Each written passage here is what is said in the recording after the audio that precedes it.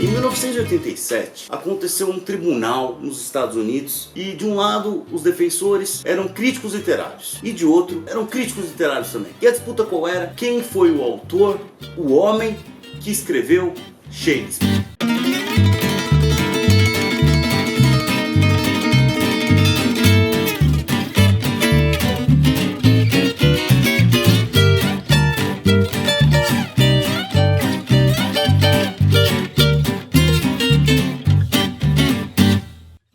Salve pessoal, esse é o canal Conexões, estamos aqui nos estúdios, conhecido como Minha Sala, e agora nós vamos falar de uma coisa que muito me agrada, que é sobre Shakespeare. No vídeo de hoje eu vou falar do homem Shakespeare. Isso tem um interesse para mim porque tem uma questão de autoria, tá uma questão interessante. Eu quero começar com uma curiosidade. Em 1987 aconteceu um tribunal nos Estados Unidos que era regido, na verdade foi a Suprema Corte, alguns juízes de Suprema Corte, né? E de um lado os defensores eram críticos literários e de outro os promotores, por assim dizer, eram críticos literários também.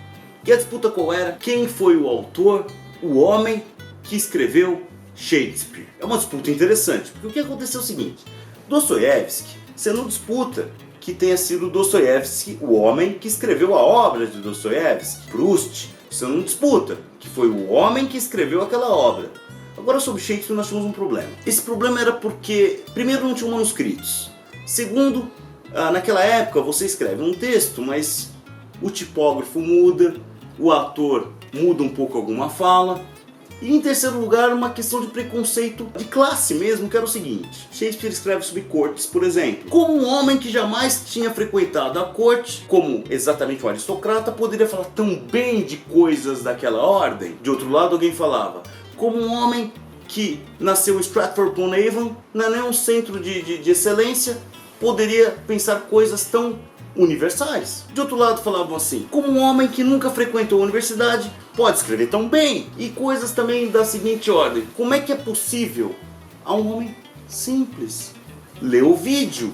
Isso a gente sabe que leu, porque a gente lê as obras do Shakespeare e a citação. Como é que ele pode ler Virgílio? Como é que foi possível uma pessoa simples fazer obras tão maravilhosas? E teve o debate na corte, né, que eu estava contando para vocês. E o que aconteceu é que eles descobriram uma coisa fenomenal, ou pelo menos sentenciaram uma coisa interessantíssima. Shakespeare, o homem de Stratford-upon-Avon, escreveu Shakespeare. Essa foi a decisão. De 1584 até o final da década de 90, até o começo da década de 90 do século XVI, a gente não sabe direito o que Shakespeare fez. É um enigma esse período da vida dele. Mas eu aposto que, entre outras coisas, o que ele fez foi aprender a ser Shakespeare. Porque não é de uma hora para outra que um homem começa a escrever coisas grandes. Vamos dizer assim, Shakespeare não chega em Hamlet a escrever essa obra direto. Em 1601 ele faz isso, mas às vezes escreveu Romeu e Julieta. Quer dizer, tem um aprendizado para ele chegar a fazer uma grande obra. Acontece isso com muitos grandes compositores. Você pensa, por exemplo, os Beatles. Estou fazendo um exemplo que, né, os Beatles eles começam com um álbum que é Please Please Me, que é mais simplório, mais simples, então, quando vai acabar tá no Abbey Road. Então existe uma coisa de acúmulo que é importante ser colocado. De outro lado, essa questão do homem Shakespeare também incomodava alguns autores, porque de certa maneira isso botava em jogo um debate que sempre teve aí, que é o debate que na arte significa a ideia de gênio. Quantas vezes quando a gente fala em gênio, Shakespeare não é chamado a serviço para falar, ó, tem gente que pensa de uma maneira e tem o gênio. Aí também explicava para muita gente as coisas, porque se a questão não era que ele não poderia ser um grande autor porque não estava na classe social adequada, então ele tinha uma diferença também, que era qual? A de ser um gênio. Thomas Carlyle, por exemplo, citado por Harold Bloom, fala assim, qual é a diferença do Shakespeare e outro cara? É porque ele é uma pessoa que tem superioridade de intelecto. E as coisas se resolvem também. Essa questão com Shakespeare foi importante, porque os românticos, isso é um debate alemão, na verdade, século XIX, pensavam assim, Shakespeare não é um autor comum, ele não poderia ser comparado a um grande autor. Por exemplo, um F. Scott Fitzgerald, pegando a tradução de língua inglesa. Não poderia ser comparado nem a Oscar Wilde, porque enquanto esses autores são comparáveis uns aos outros, o século XIX falava assim, Shakespeare deve ser comparado a fenômenos da natureza, trovões, maremotos, terremotos. Quando o Shakespeare está escrevendo, é o quê? É furacão. Não é igual F. Scott, porque a comparação não seria essa. E é muito interessante como essa bardolatria está incorporada ao modo de compreender Shakespeare. O Harold Bloom é muito responsável por isso. Morreu agora, um grande crítico literário. Muita gente já não gosta dele porque ele fala do cânone ocidental, vai falar dos grandes autores e tal. Mas tem uma vantagem aí que você pode, acompanhando o Harold Bloom, acompanhar os grandes autores. E o Harold Bloom tem uma vantagem, outra vantagem que é a seguinte: ele escreve de maneira muito apaixonada. Ele transmite aquela paixão que ele sente quando ele lê Rei Lear. Quando você termina de ler a crítica dele de Rei Lear, você fala, eu preciso ler essa obra. Mas ao mesmo tempo, o Harold Bloom tem uma proposição no Shakespeare, a Invenção do Humano, que consiste na seguinte: o que é um gênio?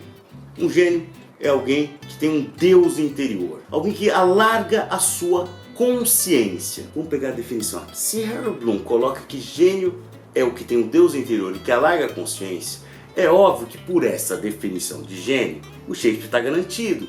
Lógico que ele vai alargar a consciência. Por quê? Ele coloca em palco homens que fazem um negócio, um monólogo. Resultado: quando eu estou em palco fazendo um monólogo, eu anuncio abertamente coisas para mim mesmo que eu começo a pensar sobre minha própria vida. E o espectador que está vendo a peça começa a fazer o mesmo movimento. Ele começa a pensar, tal qual ali, eu penso aqui. Então alarga a consciência do espectador, do leitor e tudo mais, num certo sentido. Claro que, vamos pegar um outro autor, Dostoiévski, alarga a consciência, mas em outro sentido, de outra forma. Então o que eu estou querendo dizer é que por certas definições, então, claro que Shakespeare vai ter essa característica mais, vamos dizer assim, monumental. Não é a única possibilidade de interpretação da coisa. O século XX, ele trouxe outras interpretações. Então você pega, por exemplo, a questão feminista. As mulheres podem, mas ligadas ao feminismo, leem Antônio e Cleópatra, por exemplo, Antônio e Cleópatra, e veem na Cleópatra muitas vezes uma libertação de mulheres naquela época. Os judeus não gostam, por exemplo, do Mercador de Veneza, porque percebe ali o antissemitismo.